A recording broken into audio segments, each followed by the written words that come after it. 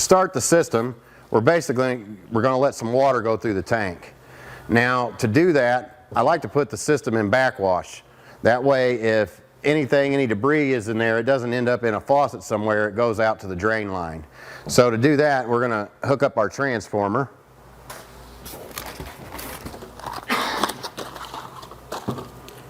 Into the side here and a little plug. Take it over here, plug it in the wall.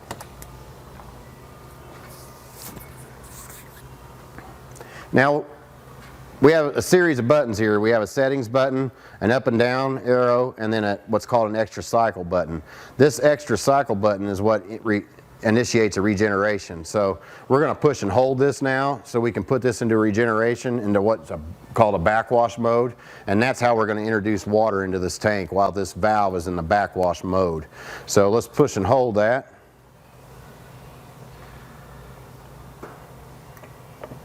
You'll see it says go to backwash. It's crudely, but it says go to backwash. You'll see this BW here. Once that stops blinking and we see an actual time value here, then that's when we'll start to introduce water into the actual system.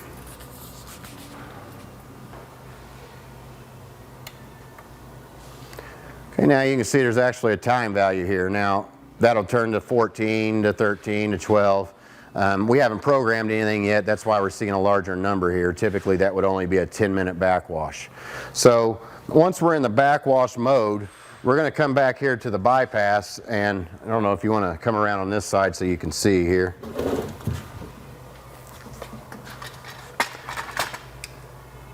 Your inlet bypass valve is what we're going to slowly open and introduce water into the tank. You can hear it start to slowly come in there. Now, we don't want to turn this on full blast, because what can happen is it can push that inner tube and actually smash that inner tube. So we're going to crank this open a little bit at a time. Now, you can tell if you get too much going, because you'll start hearing a knock up here with all that air coming out. It'll really pop, pop, pop, pop, and you'll hear it. And then you can just easily just turn it back a little bit and slow down again. But over this 15-minute backwash cycle, we're going to want to fill this tank all the way up and flush it out for a little bit. Now, once you're in the backwash mode, if you don't have any air and your water is running clear like mine is, you don't have to wait for the entire backwash mode. You can go ahead and advance the valve. If you want to advance the valve past the cycle, you just push and release that same button again, that extra cycle button or that regeneration button,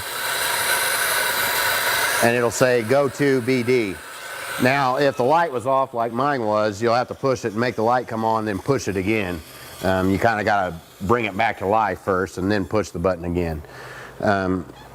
During the brine draw cycle would be typically when we would be pulling in a vacuum from the brine tank.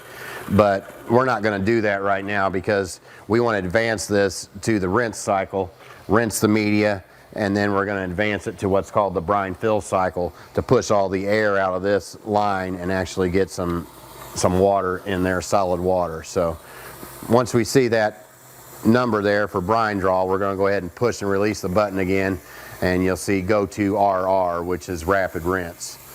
We're going to let it rinse there for maybe a minute or two just to rinse it out. Well, so once we see this time value, we'll wait till it counts down 2 minutes, and then we'll go from there.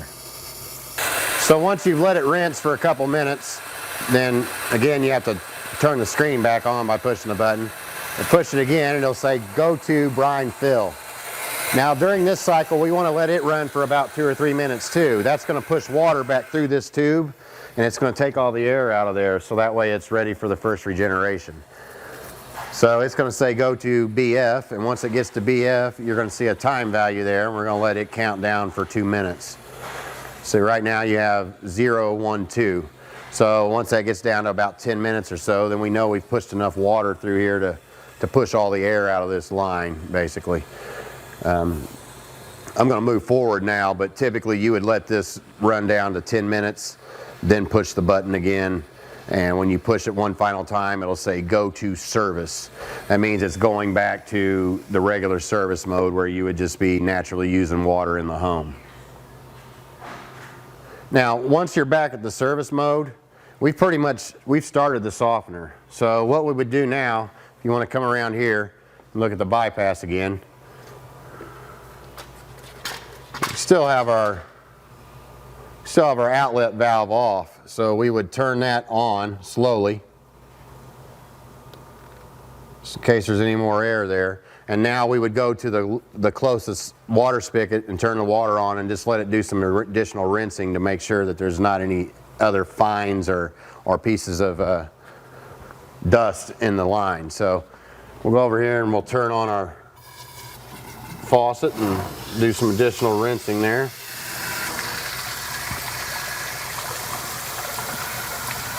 We're pretty good with no air. So we'll shut that down. Now if you're seeing some dust, you may have to let that run for 5 or 10 minutes. We don't have any resin in here, so I'm really only getting dust that was in the tank. So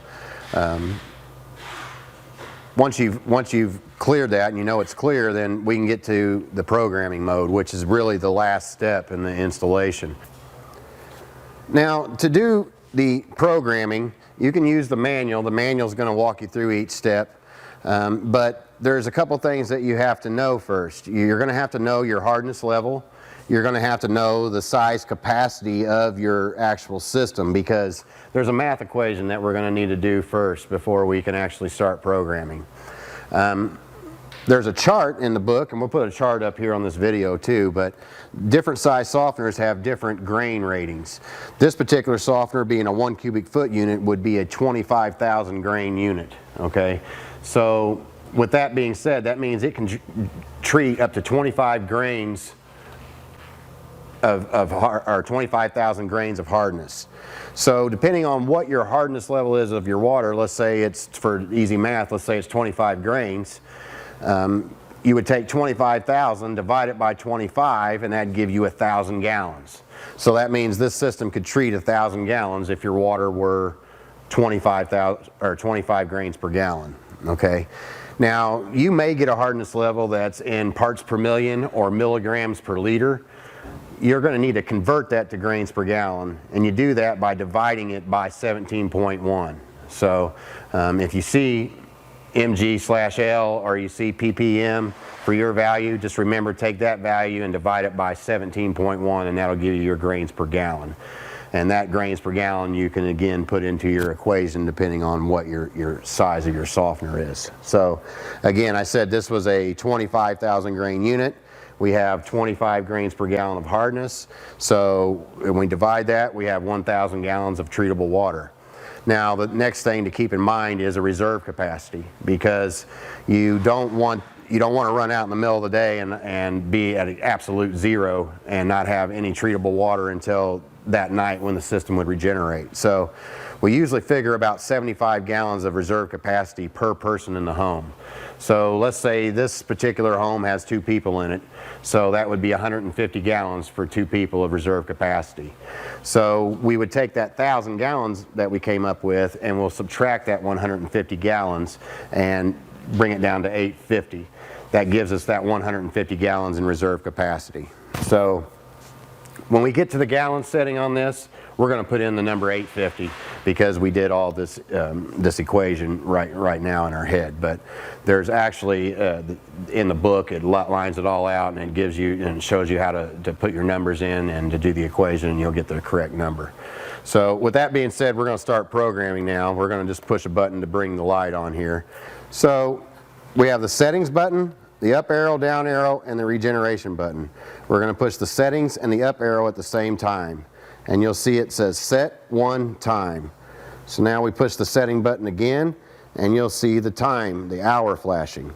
Now keep in mind, this is a 24-hour clock, so it's not your traditional 12-hour cycles. So 1 p.m. in the afternoon would actually be 1,300 hours, and so forth. So keep that in mind. Right now it's 11 a.m.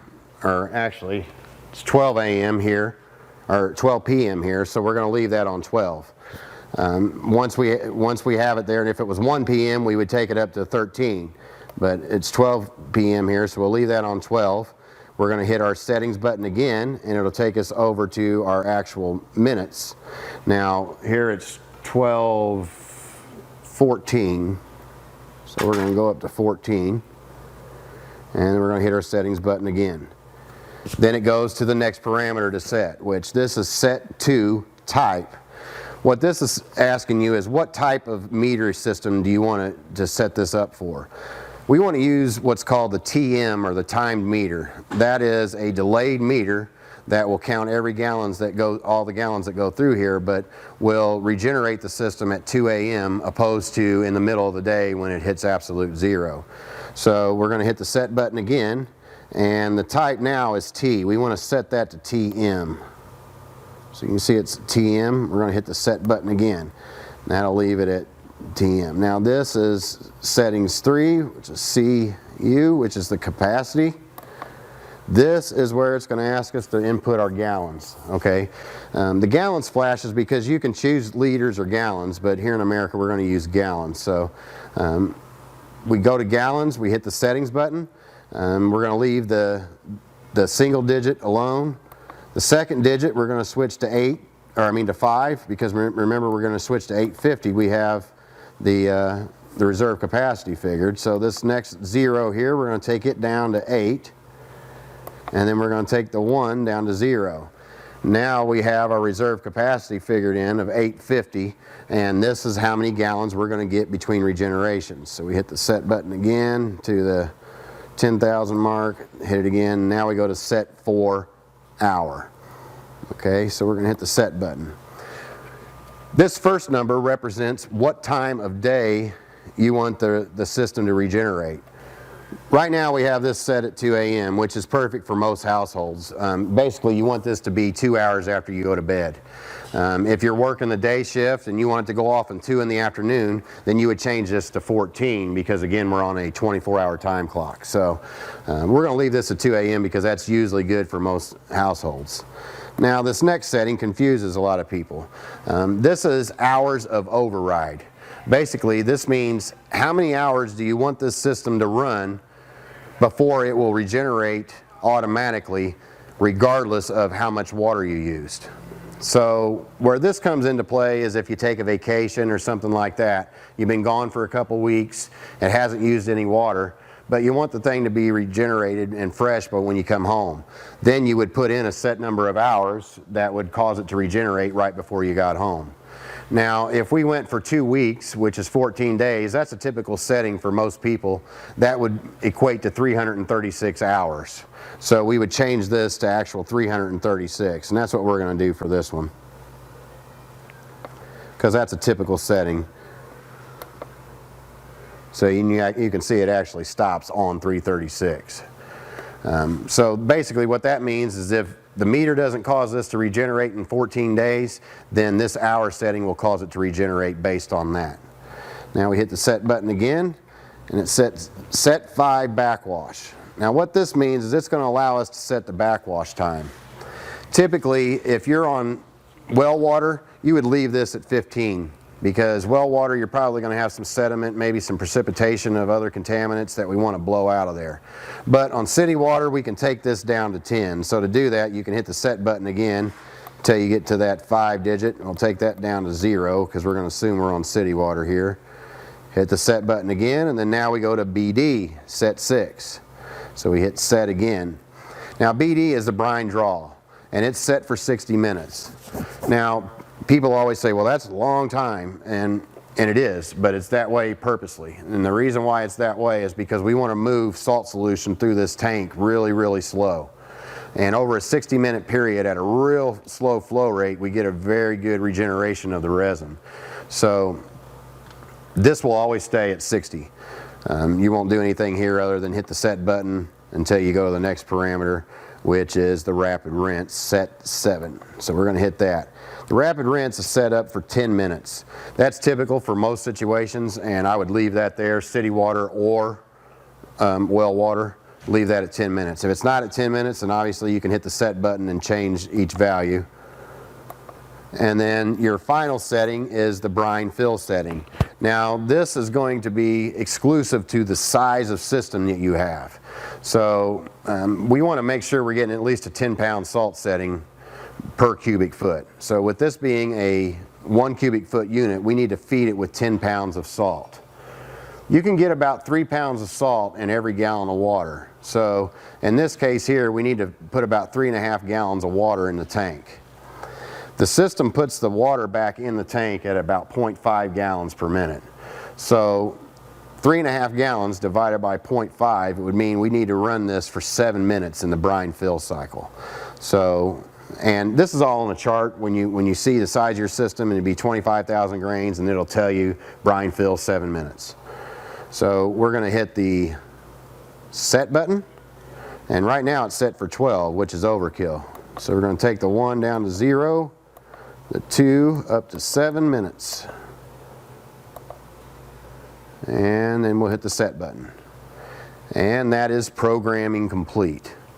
Once you've done that, the system's programmed. It's readily charged when you start it, so you don't need to regenerate it for the first time. It's already ready to go. So you'll get your 850 gallons. This thing will kick into a regeneration and regenerate itself when it's time. Now, something that I want to point out is you can always tell if you're having a problem with the system not metering water. If this meter stops working for whatever reason, then it's not going to count gallons, so it's not going to regenerate. It's thinking it's not using water. So to test that, you can turn water on somewhere in your house. That's what I'm going to do now.